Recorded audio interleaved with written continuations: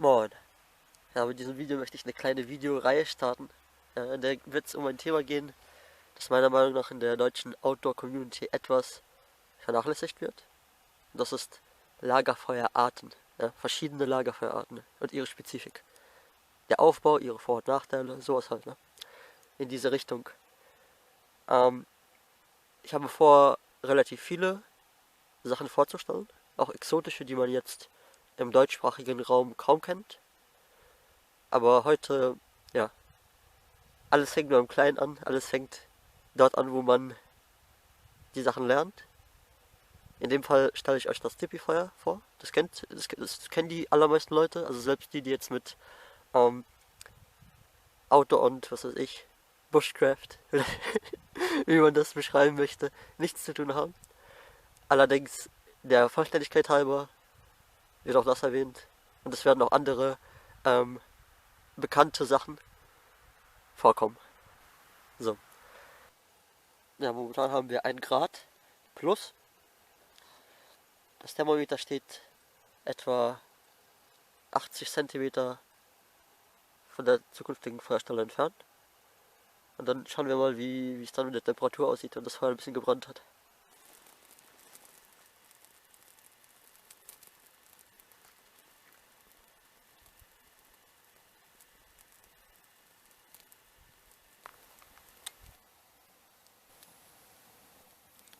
Ja, es gibt 2 Arten, diese Art des Lagerfeuers aufzubauen. Einmal so wie jetzt, komplett vorne rein und dann anzünden. Oder man macht zuerst nur ein kleines Tipi-Feuer, ein ganz kleines, entzündet es und baut es dann während, während das kleine brennt, dann nach und nach auf.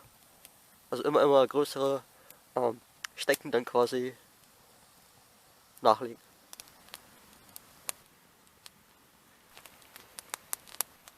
Ja, wie man sieht, fällt ein solches Feuer nach und nach, also relativ schnell in sich zusammen, aber es brennt auch noch eine Weile weiter. Ja, zu den Vorteilen eines Tipi-Feuers gehört, dass es einfach aufzubauen ist. Man kann wenig falsch machen, ja. Es ist schnell aufzubauen.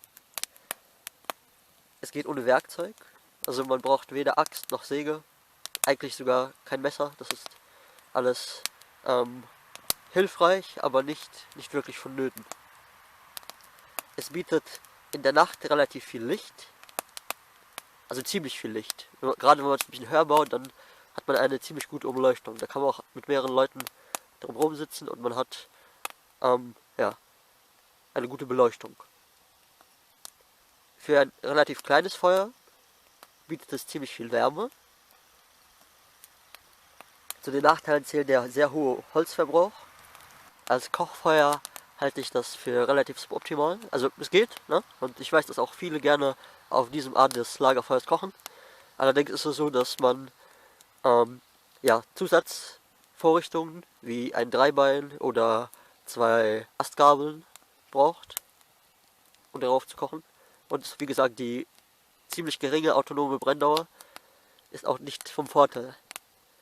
Das heißt, wenn man irgendwie anfängt zu kochen und du hast dann irgendwie so nach 10 Minuten einfach ist dein ganzer ja, Kraftstoff aufgebraucht und du musst nachlegen, dann ist das, ja, es geht, aber es gibt bessere Varianten. Ja, man kann das Ganze größer machen, man kann das Ganze kleiner machen, mit dünnerem Holz, mit dickerem Holz. Alles ist möglich. Ich denke, die Größe, die ich jetzt gewählt habe, ist so, ja, das, was man normalerweise macht. Manchmal ein bisschen kleiner, also von der Dicke her der Stämme, also was ist der Stämme, der Äste, ja. Aber also jetzt vom ganzen Lagerfeuer würde ich sagen, das ist so die durchschnittliche Größe eines Tipi-Feuers. Obwohl das eines der verbreitesten Lagerfeuer überhaupt ist es keins, das ich häufig benutze. Um ehrlich zu sein, ja. Denn der Punkt ist, ja, also ich habe es einfach gerne, dass man lange am Feuer sitzen kann und ohne groß nachzulegen. Ja? Also ab und zu nachlegen ist in Ordnung, aber wenn du halt irgendwie nach 20 Minuten, nach einer halben Stunde, je nachdem wie stark halt dein Tipi-Feuer brennt, ja, einfach nochmal eine komplette Ladung irgendwo herholen musst, dann ist das Stress und das mag ich nicht. Also am ehesten ist das ein Feuer, denke ich, für, ja, irgendwie, man sitzt irgendwo mit ein paar Kumpels am Strand oder am Flussufer und macht da schnell irgendwas und geht dann nach einer halben Stunde wieder. Für einen ganzen Tag irgendwie im Wald ist das meiner Meinung nach eher nichts.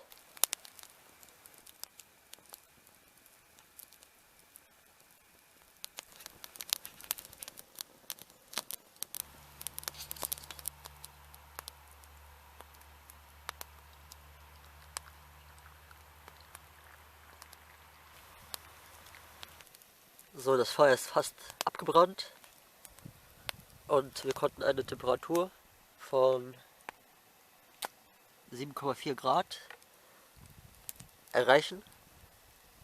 In einer Entfernung von ungefähr, ja, ich würde sagen 70 Zentimeter von der Feuerstelle. Und das Feuer brennt tatsächlich schon, na, 1 Stunde und 3 Minuten. Das ist für diese Art des Feuers aus meiner Erfahrung eine sehr lange Zeit. Normalerweise geht das deutlich schneller. Aber auch mit ja, mehr Wärme und mehr Licht und mehr Flamme. Der Grund für die lange Brenndauer dieses Mal ist einerseits, dass die Stecken ziemlich nass sind. Also, was heißt nass? Wenn es nass wäre, würde es nicht brennen, ja. Aber es ist feucht. Ja, es ist nicht sehr trocken. Das ist der Grund. Außerdem ist es halt auch so, dass, obwohl ich gesagt habe, dass das die typische Größe des Feuers ist, des Types Feuers, dann ist es doch so, dass normalerweise einfach ja, längere, aber dünnere Holzstücke zurechtgebrochen werden mit der Hand. Und dann hast du eine deutlich kürzere Brenndauer, dafür aber mehr Licht, mehr Wärme und ja, ein bisschen auch mehr Spaß. Wobei auch dieses kleine Daherglimmern durchaus eine Romantik in sich trägt. Nun dann, zum Wohl. Tja, ich habe immer wieder kleinere Stöckchen nachgelegt, aber nichts Großes. Also die Hauptladung ist immer noch dieselbe. Ja, ich bedanke mich für jeden, der bis hierhin zugeschaut hat. Es wird noch viel Interessantes kommen. Also gerade was Lagerfeuerarten angeht, da wird es auch deutlich größere und ja, unbekanntere, effektreichere Sachen geben. Deswegen schaut gerne mal ein weiteres Mal vorbei. Bis dahin kann ich mich nur verabschieden und euch einen schönen Tag, Nacht oder Morgen wünschen, je nachdem, wann ihr das anschaut. Ein kleiner Eindruck